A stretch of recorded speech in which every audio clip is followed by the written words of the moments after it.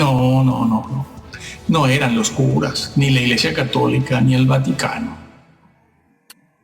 Esa es la impresión que dejan caer desde los púlpitos, porque así es más fácil manipular a los creyentes. Mira, los padres de la Iglesia de primera línea, los padres de la Iglesia de primera línea, eran los discípulos de los apóstoles, nada menos. Eran los discípulos de los apóstoles. Ellos recibieron la fe, la doctrina y la vida práctica de mano de los mismísimos apóstoles. Estuvieron allí en carne, lo vivieron, no se lo contaron a ellos. Ellos lo vivieron. ¿Y qué enseñaban ellos, los padres de la Iglesia? Los curas, no, los curas vinieron mucho más tarde, hacia el siglo IV y V. Empieza realmente a verse la Iglesia de Roma tal y como la conocemos hoy. Antes no. Los padres de la Iglesia no eran curas. Si alguien ha dicho eso, ha engañado. Deben estudiar. Lo que pasa es que los púlpitos hoy en día lo ocupan a veces personas que no han pasado por un seminario teológico. Ponen en los púlpitos a personas que pertenecen a la tribu, el nepotismo eclesiofamiliar. Sí.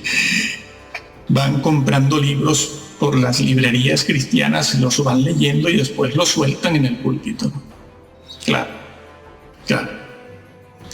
¿Qué enseñaban los padres de la Iglesia de primera fila, de primera línea? Pues ellos también se consideraban llamados y elegidos, sí. Decían que estaban sus nombres escritos en el libro de la vida.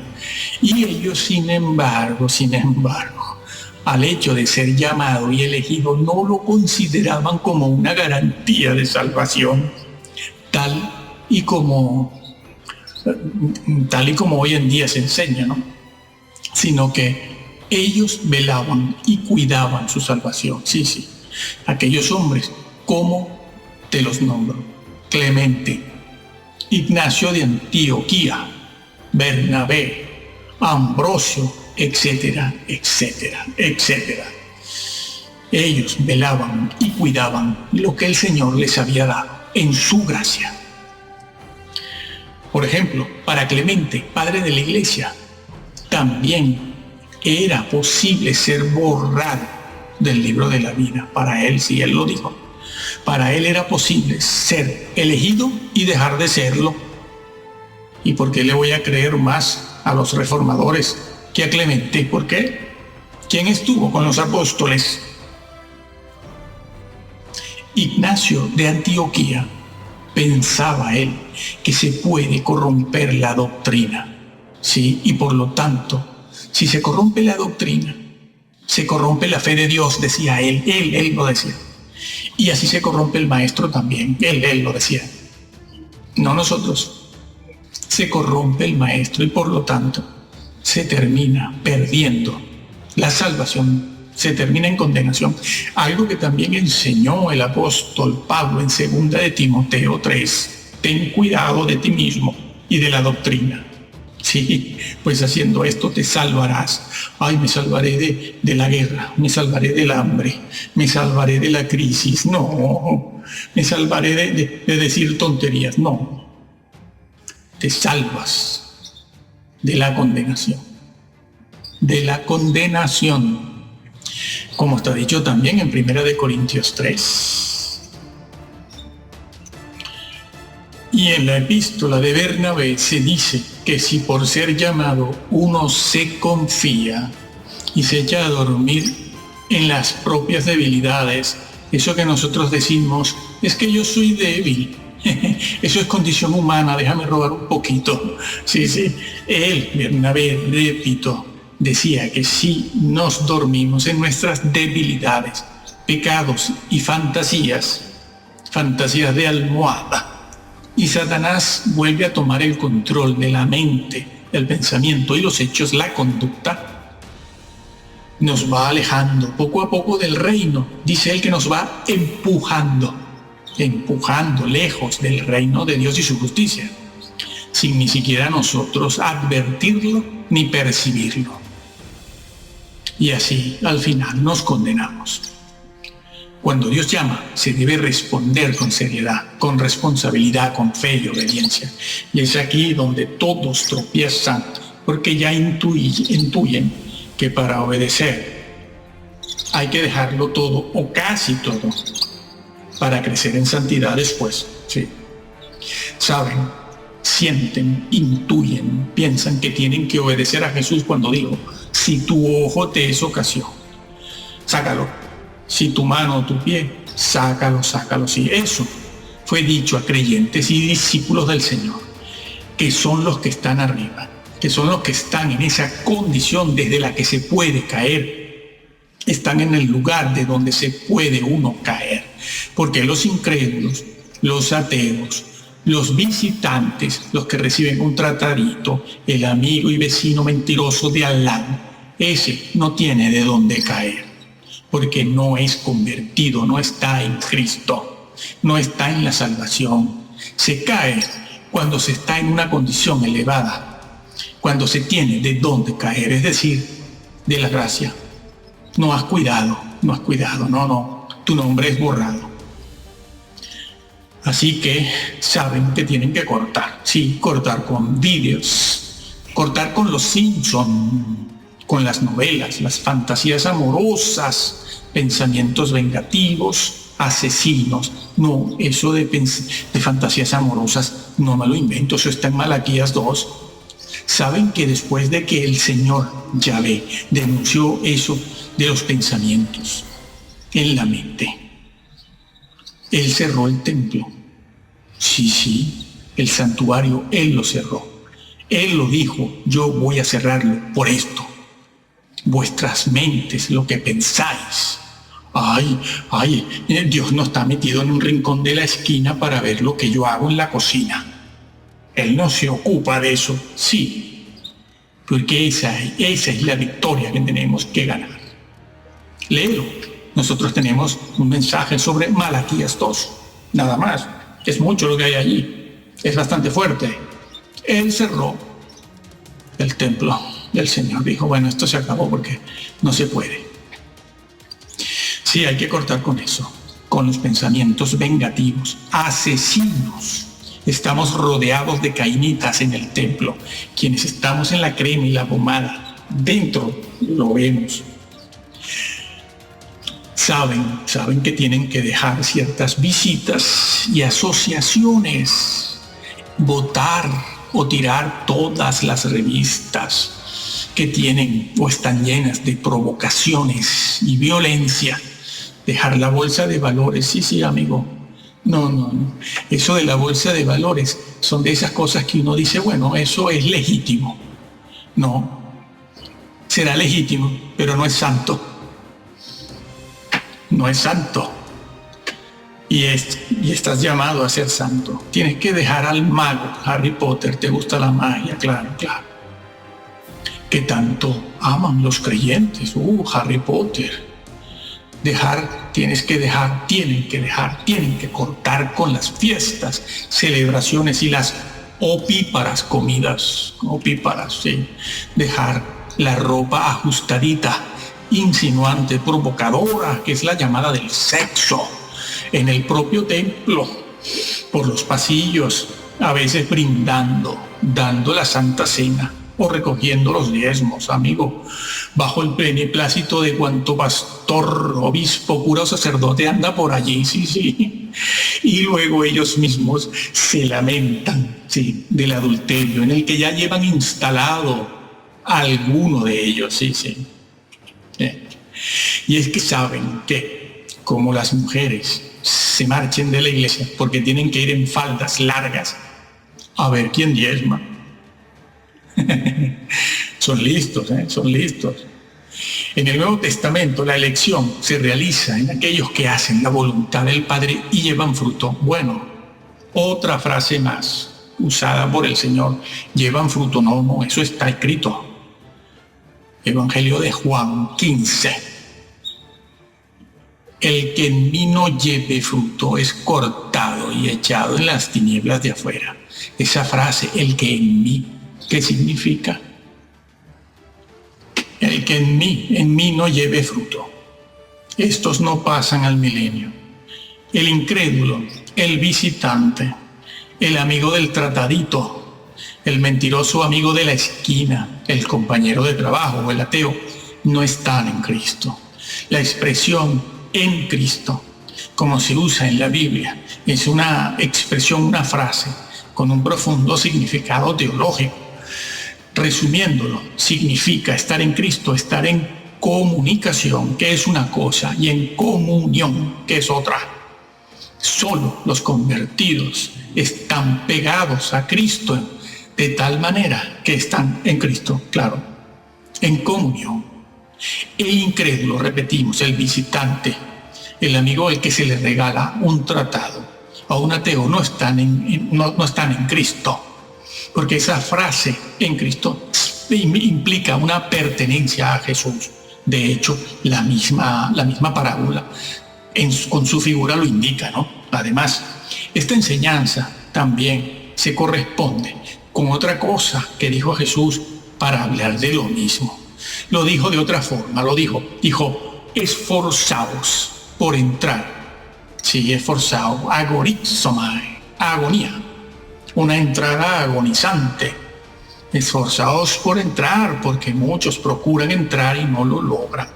Los ateos, otra vez, los incrédulos, ateos, incrédulos, no se están esforzando por entrar, ni los visitantes, ni el amigo que recibe un tratadito que después lo bota a la basura, lo echa por la calle.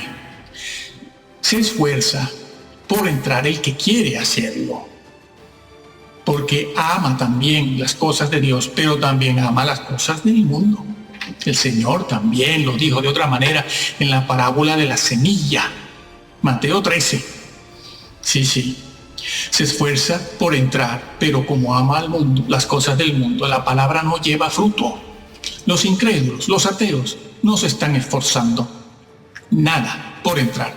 Son los llamados los que se esfuerzan por entrar y no lo logran porque no obedecen las normas, no van cortando con la cultura, ¿ah? Y la justicia de estos no es mayor que la de los fariseos, como también lo dijo Jesús en esa frase. Si vuestra justicia no fuere mayor, ¿se dan cuenta? Es que por todos lados el Señor lo advirtió. Tampoco nos debería parecer extraño que el Señor Jesús en Mateo 7 les haya dicho a quienes confiaban en entrar, daban por hecho que entraban, les dijo, apartaos de mí. Sí, ellos también querían entrar. Y no vean ustedes el currículum que ellos le presentan al Señor, ¿eh? Allí está resumido, claro. Señor, hemos profetizado, hemos evangelizado, hemos predicado, hemos hecho milagros, hemos exorcizado, hemos hecho el bien. Y todo bajo tu gracia, porque esas cosas no se pueden hacer si no está tu gracia con nosotros. ¿Qué currículum, amigo? A ver quién hace todo eso junto. ¿Y qué les dice el Señor? Apartaos de mí. Apartaos de mí, hacedores sin ley. Sin ley, sí. El vocablo griego utilizado allí es sin ley. En cualquier texto o manuscrito griego aparece sin ley. Claro que en algunos manuscritos griegos aparece la palabra injusticia, pero bueno, es lo mismo, ¿no? Injusticia, sin ley o contra la ley. Nosotros pensamos en hacedores de maldad. No, bueno, la gente mala, los ateos son malos. No. Está diciendo otra cosa. Sin ley. ¿Cuál ley? ¿Cuál ley? Lo que estaba diciendo el Señor en ese mismo mensaje cuando estaba hablando en Mateo 7. Y que estaba diciendo ¿de qué ley hablaba allí? El sermón del monte, que no es otra cosa que los 10 mandamientos explicados. La predestinación, pues, no es cerrada ni es exclusivista. Se ha de obedecer y conocer y hacer la voluntad de Dios registrada en el Sagrado Libro. Y de no ser así, no se entrará en el reino. Más bien, Antes se entra en un estado de decadencia espiritual y moral imperceptible a lo largo de 50, 60 años. Por eso vemos muchas personas de cierta edad totalmente descarriadas, sin moral alguna. Pero una señora de 65, 70 años, toda su vida en una iglesia, y de repente se pone una falda abierta hasta la cadera o una minifalda. ¿Qué pasó aquí? ¿Qué pasó aquí? ¿Esto qué es? En pleno templo. Dicen, cambió. No, no cambió solo. Es que nunca se acogió a las normas de Dios. Y ahora que la moda es esa, antes bien se acoge a esa moda. Venga. Nunca habían entendido el Evangelio. Si el nombre es borrado del libro de la vida, se entiende que es que ha sido escrito allí primero. Apréndase eso. Sí. No digan otra cosa. El libro de la vida es un concepto que se encuentra registrado en el texto bíblico de tapa a tapa, desde el Génesis hasta el Apocalipsis. En ese libro Dios tiene escrito los nombres de todos los hijos reales, verdaderos de Israel. El estar escrito en dicho libro, ellos creían con fe, no creer por creer, porque yo creo esto, no. La fe de ellos creía que el estar escrito en ese libro les daba el derecho a participar de la vida eterna y del reino mesiánico de justicia y paz y de la eternidad. Y que era borrado de ese libro significaba la exclusión del pueblo, de entre el pueblo de Dios y no mesiánico. Por ejemplo, Moisés estaba dispuesto a que su nombre fuera borrado del libro de la vida si con eso se pudiera salvar al pueblo de Israel de las consecuencias de sus pecados. Moisés. También el salmista esperaba que los malvados fueran borrados del libro de los vivientes. Los malvados, claro que un día no lo eran, pero se convirtieron. Sí, como dicen los padres de la iglesia, que lo aprendieron de los apóstoles, que hacia el final de la historia, justo antes de la segunda venida de Jesús, de Cristo, las ovejas se convertirían en lobos. Lo estamos viendo. Bueno, el salmista decía lo mismo. Decía, yo espero que los malvados, los que se han convertido en personas malvadas, sean borrados del libro de los vivientes, del libro de la vida. También Daniel decía que cuando llegue el juicio final, los que estén escritos en el libro de la vida sean liberados. Y los colaboradores del apóstol Pablo, se dice que están escritos sus nombres en el libro de la vida. Cuánta insistencia, ¿no? Cuánta insistencia. Jesús se los dijo a sus discípulos cuando regresaron de aquella misión a la que fueron a predicar, cuando el Señor veía a Satanás caer como un rayo desde el cielo. Pero estaban todos muy contentos, ¿no? Con el poder que tenían, ¿no? Se nos sujetan los demonios, se nos sujetan, nos obedecen. Sí, lo mismo que aquellos que sacando currículum en el juicio, ¿no? En tu nombre hemos hecho esto y aquello y lo otro. Sí, lo cual era verdad, ¿eh? Bueno, pero el Señor a los discípulos en aquella ocasión les dijo, están muy contentos, ¿no? Con el poder, sacando demonios. Alégrense más bien, de que sus nombres están escritos en el libro de la vida. Eso incluía a Judas. El que no esté escrito en el libro será arrojado además al lago de fuego. Sí, hay quienes piensan que aunque no estén escritos porque se han borrado sus nombres, después tendrán una segunda oportunidad. Hombre, ya nos gustaría que fuera así, ¿no? Pero resulta que el mismo libro de Apocalipsis también dice que aquellos cuyos nombres sean borrados son echados después en el lago de fuego. Apocalipsis 20 y Apocalipsis 21. Pues bien, Jesucristo confesará sus nombres ante su Padre y sus ángeles. Sí, los confesará. Estimado hermano, lo vamos a dejar aquí. Es nuestro deseo que tú leas la Biblia. Cuanto más sea, mejor. Nada nuevo es bueno. Todo lo antiguo. Ya la misma Biblia dice eso. Preguntad por las sendas antiguas. Busca una Biblia que sea de confianza. Puedes leer otras también para aprender a entender lo que hay en el texto bíblico. Puedes leer muchas, pero ten una que sea de tu confianza y créela tal y como te la encuentras, tal y como te la encuentras. No importa si alguna vaca sagrada por ahí, de esas famosas que arrastran multitudes de fama internacional, dice lo contrario. Tú cree lo que está escrito, porque el Señor lo dijo: por tus palabras serás justificado y por tus palabras serás condenado. Esa frase que está en Mateo, tus palabras, en la mentalidad judía, cuando se decía eso, se pensaba en todo el consejo de Dios, es decir, por tu doctrina, por las cosas que tú crees de la doctrina de Dios, por tus palabras serás justificado y por tus palabras serás condenado. No está refiriéndose a si yo digo una grosería, una palabra obscena, grosera, por lo cual vamos a ser juzgados también, claro, pero el Señor allí no se está refiriendo a eso. Eso, se está refiriendo a la doctrina.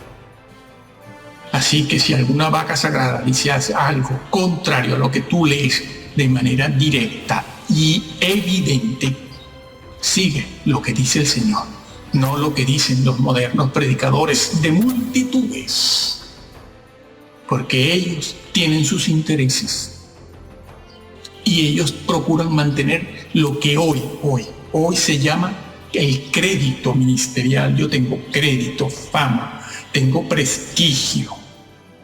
¿Lo entiendes? Eso no existía en siglos pasados. El prestigio aquí no tiene nada que hacer, pero los modernos predicadores sí tienen eso. ¿Lo puedes entender eso? Pues cuídate de eso, porque hay muchos maestros que edifican con madera, heno y hojarasca, y otros edifican de tal manera y con tal doctrina que destruyen tu salvación. Que el Señor te bendiga.